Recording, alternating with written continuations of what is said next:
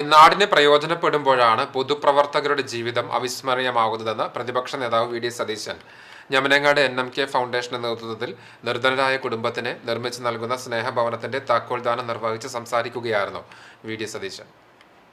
മറ്റുള്ളവരുടെ സങ്കടങ്ങൾ മാറ്റാൻ, അവന്റെ കണ്ണീരൊപ്പാൻ, അവന്റെ ജീവിത നിലവാരം ഉയർത്താൻ നമ്മൾ നടത്തുന്ന തീക്ഷ്ണമായ പ്രയത്നത്തിന്റെ പേരാണിതെല്ലാം. രാഷ്ട്രീയ പ്രവർത്തനം പേരാകണം.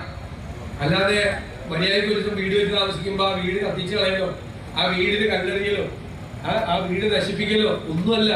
അതൊക്കെ എളുപ്പത്തിൽ കഴിയുന്ന കാര്യങ്ങളാണ്. ഇത് എളുപ്പത്തിൽ കഴിയുന്ന കാര്യങ്ങൾ. ഇതാണ് നന്മ എന്ന് പറയുന്നത്. അതാകണം രാഷ്ട്രീയ പ്രവർത്തനത്തിന്റെയും പൊതുപ്രവർത്തനത്തിന്റെയും ജീവകാരുണ്യ പ്രവർത്തനങ്ങളുടെയും എല്ലാം മുഖമുദ്ര. ഞമനങ്ങാട് NMK നഗറിൽ വെച്ച് നടന്ന ചടങ്ങിൽ വടക്കേക്കാട് ഗ്രാമപഞ്ചായത്ത് പ്രസിഡന്റ് നബീൽ NMK അധ്യക്ഷനായി. മുൻ MP-യും KPCC വർക്കിംഗ് പ്രസിഡന്റുമായ TN പ്രതാപൻ, മഹിളാ കോൺഗ്രസ് സംസ്ഥാന സെക്രട്ടറി സോയ ജോസഫ്, DCC സെക്രട്ടറിമാരായ Alavudheen, MV Haidarali, block Congress president VK Fasalul Ali, മണ്ഡലം Congress president Ajay Kumar Vaileri, Vadakkekad panchayat standing committee chairman Sreedharan Makkalikkal, Usman Meppatt എന്നിവർ പങ്കെടുത്തു.